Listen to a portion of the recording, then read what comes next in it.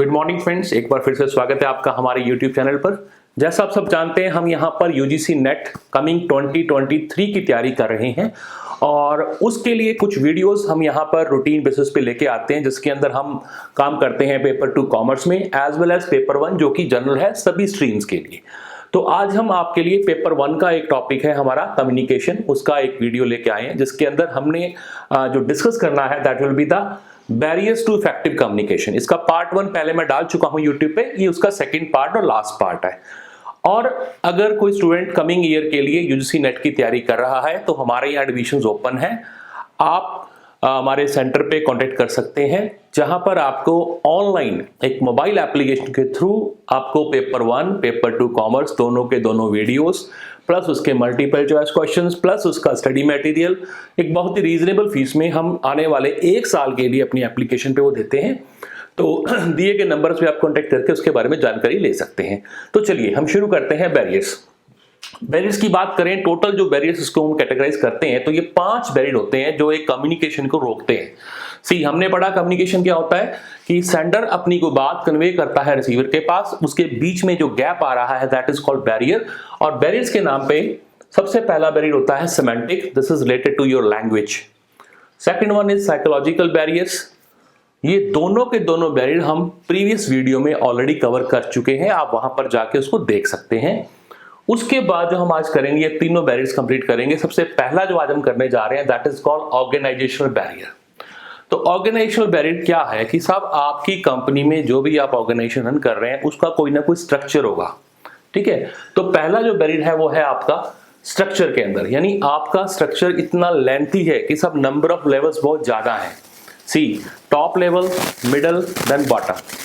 हर organisation को कोई ना कोई कम्युनिकेशन के लिए लेवल बनाने पड़ते हैं। अगर वो लेवल थोड़े से कॉम्प्लेक्स हैं, थोड़े से टफ हैं, थोड़े से लेंथी हैं, तो ये एज ए बैरियर काम करते हैं, जिससे क्या होता है हमारा फ्लो ऑफ कम्युनिकेशन थोड़ा सा धीरे हो जाता है, या हमारी चेन ऑफ कम्युनिकेशन कैसी है, अथॉरिटी के नॉर्म्स क्या हैं, ये सब चीजें हमारे लिए एक रुकावट का काम करती हैं। और हम ये कह सकते हैं हमारी ऑर्गेनाइजेशन के रूल्स एंड रेगुलेशंस क्या हैं।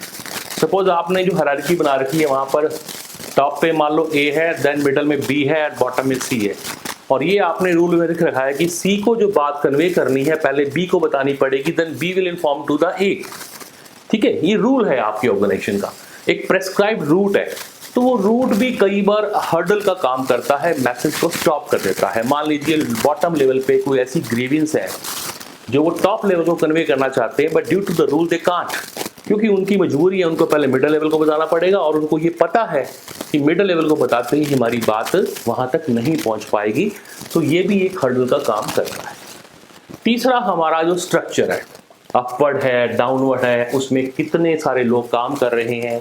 कई बार होता है कि टॉप मैनेजमेंट के ऊपर वर्क प्रेशर बहुत ज्यादा होता है, या जो लाइन ऑफ कमांड है, लाइन ऑफ चेन है, बड़ी लेंथी है, ठीक है।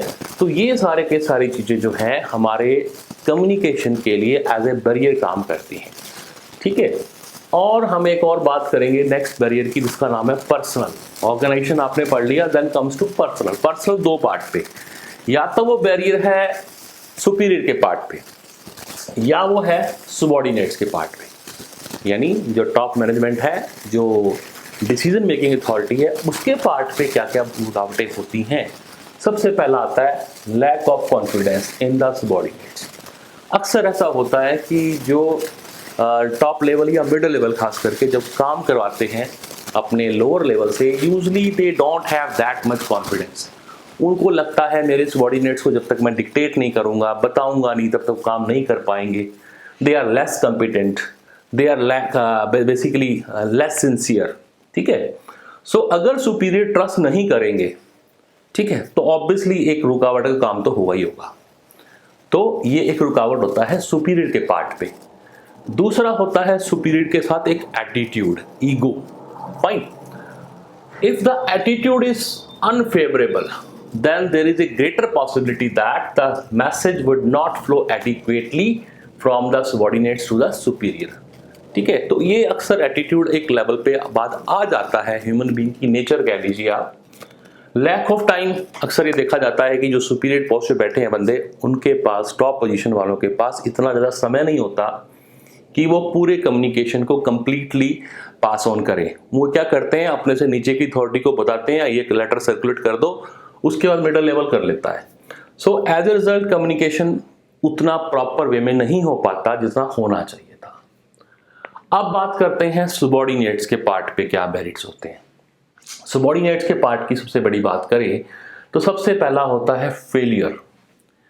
यूजली वो इतना एक्टिवली पार्टिसिपेट नहीं करते, उनको इवन कई बार तो ये लगता है कि ये क्या बताना मैनेजमेंट को, ये तो उनको पता ही है कि हमारी क्या इश्यूज हैं। फाइन, मींस वो इतना कंफर्टेबली, इतना ओपनली डिस्कशन में पार्टिसिपेट नहीं करना चाहते। और क्या वजह हो सकती है, नीड फॉर रिस्पॉन्स।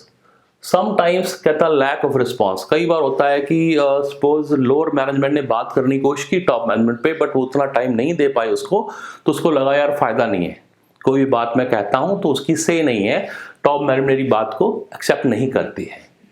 या distortion. Distortion means wilful modification, कि आपने अपने मैसेज को इस तरह से मॉडिफाई कर दिया सिर्फ अपने पर्सनल ऑब्जेक्टिव को अचीव करने के लिए। एग्जाम्पल के तौर पे कुछ एम्प्लॉयज की आदत होती है अपनी अचीवमेंट को इतना बढ़ा चढ़ाकर बताएंगे, ये उनको ये लगता है कि मैनेजमेंट को ये फील होना चाहिए कि हम लोग काम करते हैं, सिर्फ हम ही लोग हैं जो कंपनी चला रहे हैं, तो हमें कल को प्रमोशन में थोड़ी हेल्प मिल जाएगी। तो एग्जीग्रेट करना, अपनी बातों को, अपनी अचीवमेंट्स को बढ़ा चढ़ा के बताना टॉप मैनेजमेंट को, मैसेज को क्या हो गया फिर, डिस्टॉर्ट हो गया। अदर बैरियर्स के नाम पे जो आपने कम्युनिकेशन का चैनल यूज किया, जो भी हम चैनल यूज कर सकते हैं, आप रिटर्न में मेल के थ्रू काम कर सकते हो, आप लेटर के थ्रू कम्युनिकेट कर सकते हो, आप व्हाट्सएप के थ्रू कर सकते हो, यानी जो भी चैनल आप यूज करोगे अगर वो एप्रोप्रिएट नहीं होगा तो ये एज ए बैरियर काम करेगा। ठीक है, तो डिपेंड्स कि आपका किस तरह का कम्युनिकेशन है, किस तरह की अथॉरिटी को आप कहना चाहते हो। सपोज हम कोई फॉर्मल कम्युनिकेशन की बात करें तो वहां व्हाट्सएप मैसेज तो नहीं कर सकते ना, तो वो क्या हो गया, चैनल आपने एप्रोप्रिएट यूज नहीं किया, ये गलती हो सकती है। One more barrier is called cultural barrier. ये खासकर दिक्कत आती है जो मल्टीनेशनल कंपनी होती हैं। एज यू नो, मल्टीनेशनल में या मल्टी एथनिक कल्चर कंपनी में क्या होता है, अलग अलग कस्टम के, अलग अलग रिलीजन के, तरह तरह के बिलीफ्स के, ट्रेडिशंस के, वैल्यूज के लोग काम करते हैं। तो वो कल्चरल वैल्यूज कई बार क्लैश कर जाती हैं बिटवीन टू रिलीजन्स और बिटवीन टू कास्ट और between persons from the different backgrounds. तो ये भी एज ए बैरियर काम करता है। उसके बाद एक और बैरियर हम कह सकते हैं, this is called non clarity of assumptions. Proper communication तब होता है जब सेंडर और रिसीवर दोनों एक ही फ्रंट पे सोचते हो, दोनों का मेंटल स्टेटस सेम हो। जो सेंडर जिस इंटेंशन से बात कहना चाहता है उस इंटेंशन से रिसीवर को रिसीव करनी चाहिए। बट कई बार ऐसा नहीं होता, दोनों ओपन माइंड के नहीं होते हैं। ठीक है, तो उससे क्या होगा, कम्युनिकेशन रिस्ट्रेन हो जाएगा। एक बंदा सिर्फ अपना एजेंडा थोप देगा दूसरे के ऊपर, जबकि रिसीवर उस बात को वैसे स्वीकार नहीं करेगा या ओवरलुक कर देगा। One more barrier is called feedback. As you know, feedback mean simply sender ने रिसीवर को बात की और अगर रिसीवर ने उसको उसी सेंस में प्राप्त कर लिया तो वो उसको फीडबैक जरूर देगा। फॉर एग्जाम्पल, हम क्लास में टीच करते टाइम क्या बोलते हैं बच्चों को, हाँ भाई समझ में आ गया, तो बच्चा अपना रिस्पॉन्ड करता है, समझ में आया या नहीं आया, चाहे हाथ उठाकर करे चाहे गर्दन हिलाकर करे, वो क्या है, फीडबैक है। और हमारे यहाँ एक ये कह लीजिए, यूजुअली कंपनीज में क्या होता है, पॉजिटिव फीडबैक को तो बड़ी जल्दी हम स्वीकार कर लेते हैं, पर नेगेटिव फीडबैक को हम थोड़ा सा मानते नहीं, अच्छा कि नहीं है, गलत कह रहा है, बायस्ड है। फाइन, तो फीडबैक भी प्रॉपर होना चाहिए। एंड रेजिस्टेंस ऑफ चेंज, ये ह्यूमन टेंडेंसी है कि हम चेंज को स्वीकार नहीं करते। तो रेजिस्ट करना किसी भी नई चीज को लेकर, खास करके सबऑर्डिनेट्स लेवल पे, ये बड़ा मुश्किल होता है कम्युनिकेट करना, यहां पर दिक्कत आती है। लास्ट इसमें आता है पर्सनल बैरियर्स। पर्सनल मीन्स कि साहब चाहे वो सबऑर्डिनेट है, चाहे वो सुपीरियर है, जो भी व्यक्ति काम कर रहा है ऑर्गेनाइजेशन में, they are basically belongs to the different backgrounds, they come from the different culture, different values. ठीक है, कुछ लोगों की लिसनिंग हैबिट बड़ी पुअर होती है।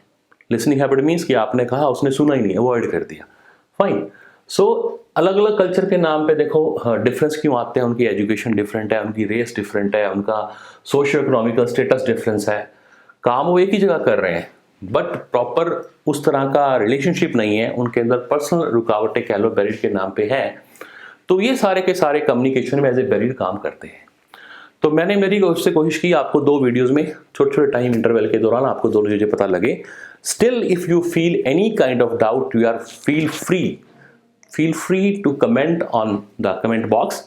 और अगर आप नए हैं हमारे चैनल पे तो सब्सक्राइब जरूर करें, बेल आइकन का बटन प्रेस करें, ताकि आने वाले टाइम में आपको हम नेट के रिलेटेड बहुत सारा मैटर हम पास करेंगे जो आपके कमिंग एग्जाम के लिए हेल्पफुल होगा। सो मिलते हैं नेक्स्ट वीडियो में। Thank you very much.